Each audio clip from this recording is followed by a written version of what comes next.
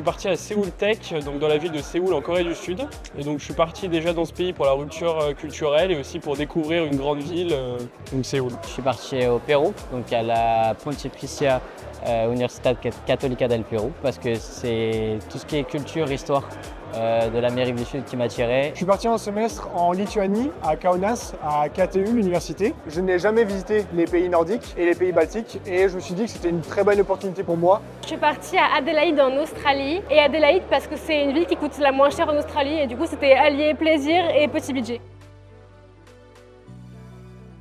Je dirais la culture du pays qui est quand même assez différente de la France. Déjà de par les habitants qui sont assez froids d'apparence, mais au final sont quand même très accueillants et assez chaleureux. La dimension du campus qui était plutôt assimilée à une ville qu'un campus qu'on pourrait penser en France.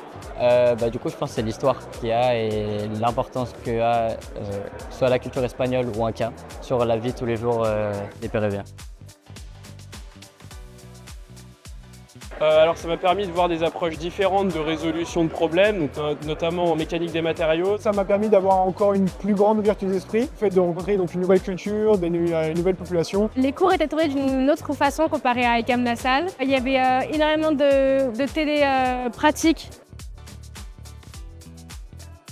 Je pense que peu importe la destination, il faut en profiter et vivre l'expérience à 100% parce que c'est unique. Partir tout seul parce que ça permet de, même si c'est vraiment stressant au début, ça permet d'avoir une liberté incroyable et de faire de magnifiques rencontres. Profitez à fond, vous laissez pas avoir par le temps parce que vous n'en aurez pas beaucoup et puis amusez-vous le plus possible.